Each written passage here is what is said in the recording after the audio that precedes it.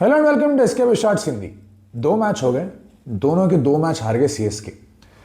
और सबके मन में यही सवाल आता है कि क्या सीएसके इस बार टॉप 4 में नहीं पहुंचेगी।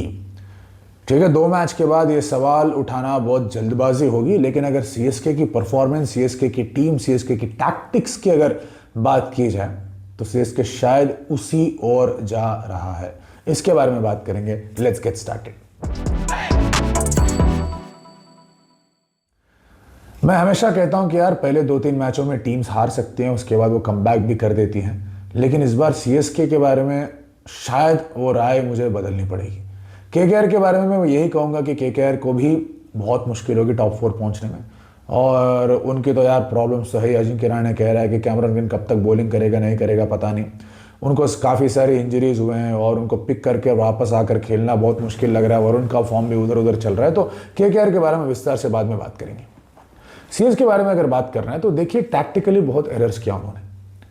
सबसे पहला टैक्टिकल एरर है ये है कि अगर आपके पास नेथन एलिस नहीं है, जो आपके प्रथम बल्लेबाज है, आपके प्रथम गेंदबाज है, मेन गेंदबाज है, उनकी जगह पर आप एक ऐसे खिलाड़ी को लेते हो जो ऑलरेडी इंजर्ड है। स्पेंसर जॉनसन पता नहीं कब रेडी होंगे सीएसके के लिए खेलने के लिए।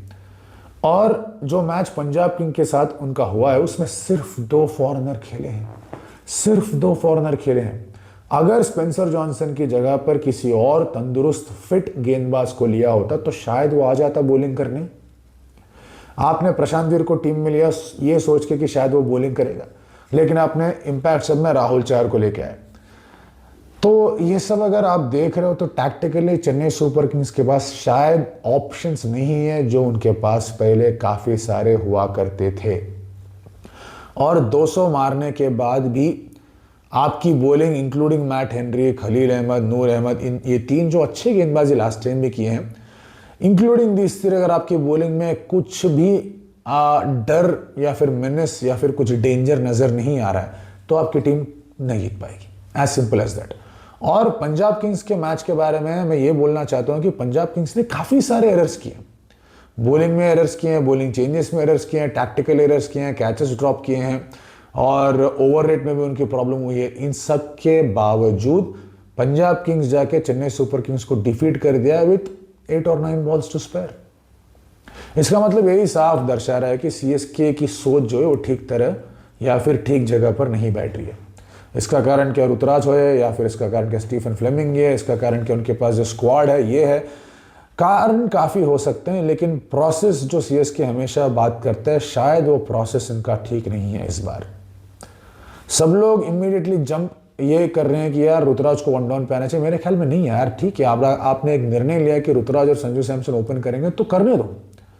एक भी बार ये 2 मैचों में ओपनिंग पार्टनरशिप ठीक से चली नहीं। आइडेंटिकली 1.6 यानी दूसरे ओवर के लास्ट बॉल में संजू सैमसन आरआर के साथ भी आउट हो गए थे, यहां पर भी आउट हो गए थे। लेकिन 3rd विकेट का पार्टनरशिप तो अच्छा गया ना। 3rd विकेट का पार्टनरशिप अच्छा गया, 10 रन प्रति ओवर तो जा ही रहे थे। लेकिन ऋतुराज गायकवाड जिस अंदाज में वो लोग खेल रहे थे, उनको जहां पर एक्सेलरेट करना था तभी उनकी विकेट गई। तो इसलिए मैं मानता हूं कि यार अगर आप पावर प्ले खेल चुके हो, ओपनिंग बैटर हो, आप हल्लू हल्लू खेल रहे हैं, आप 120 स्ट्राइक रेट से खेल रहे हैं, तो आपको immediately after the power play आपको अटैक करना चाहिए, बाउंड्री ढूंढने की जरूरत है। अगर आप सोचेंगे कि 10 ओवर तक खेलूंगा उसके बाद मैं देखूंगा, तो आप ठीक नहीं कर रहे अपनी टीम के लिए। शायद ऋतुराज की सोच ये होगी इनएक्सपीरियंस्ड बैटिंग लाइनअप है तो उनको ज़्यादा देर टिका रहना चाहिए, लेकिन वो हुआ नहीं। और सैमसन, ऋतुराज और शिवम दुबे को छोड़कर आपके मिडिल ऑर्डर में ऐसा कोई भी प्लेयर नहीं है जो अपोजिशन के मन में डर पैदा करे, पहले बॉल से आके मारना चालू करे। डिवाल्ड ब्रेविस एक प्लेयर है, उसकी इंजरी होगी, वो कब आएगा टीम में पता नहीं। जब तक वो आएगा बैटिंग भी ठीक नहीं है, बॉलिंग तो ठीक है ही नहीं।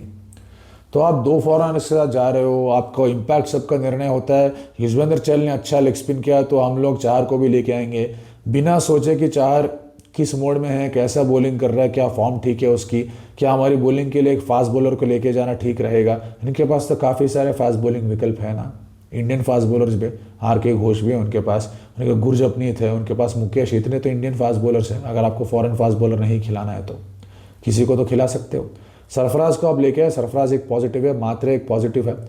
लेकिन अगर सीएसके को सचमुच एक मार्क बनाना है, मैच जीतना है, तो मुझे लगता है कि यार ऋतु और संजू दोनों में एक को जबरदस्त इनिंग्स खेलनी होगी।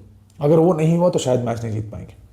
अगर वो नहीं हुआ तो प्रेशर आ जाएगा पूरा मात्रे के ऊपर, सरफराज के ऊपर, दुबे के ऊपर, और पता नहीं वो प्रेशर ये लोग कैसे डील कर पाएंगे। One of them should score really big, वरना नहीं जीत पाओगे। इतने मौके, 5-6 कॉस्टली एरर्स करने के बाद भी आप पंजाब किंग्स जैसी टीम को नहीं हरा पाए, तो आप यार उनसे तो बेहतर टीम 3-4 और है। पंजाब किंग्स को तो मैंने टॉप 4 में नहीं रखा है, क्योंकि they have been lucky last year winning 2-3 close matches. मेरे को यही लगा कि उनका जो अनकैप्ड कोहॉर्ट है वो इस बार जितना लास्ट टाइम उन्होंने परफॉर्म किया शायद उतना नहीं परफॉर्म करेगा, and that has been their strength, इसलिए मैं उनको वेटिंग लिस्ट पर रखा हूँ।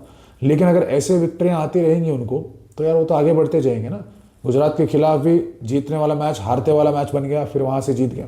तो कहीं ना कहीं जगह यार श्रेयस अय्यर का परफॉर्मेंस जो है इन लकी चेजेस में या फिर इन लकी टर्न अराउंड में बहुत इंपॉर्टेंट रहा है, और ऋतुराज गायकवाड़ को करना पड़ेगा यार।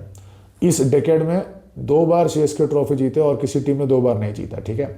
वो 2 बार में ऋतुराज गायकवाड़ ने अच्छा खेला। अगर ऋतुराज नहीं खेलते हैं तो सीएसके नहीं जीत पाएगी। और जैसे सिचुएशन मैं देख रहा हूँ, उनकी इंजरीज, उनकी बॉलिंग लेनअप, उनकी टैक्टिक्स एटसेट्रा एटसेट्रा, मुझे नहीं लगता, और उनकी इनएक्सपीरियंस, मुझे नहीं लगता है कि यार इस सीजन सीएसके टॉप 4 में पहुंचेगी, और दे विल स्ट्रगल मोर ऐसा लग रहा है। उनकी टीम सेट होने में थोड़ा वक्त लगेगा, तब तक शायद चिड़िया चुग गई खेत।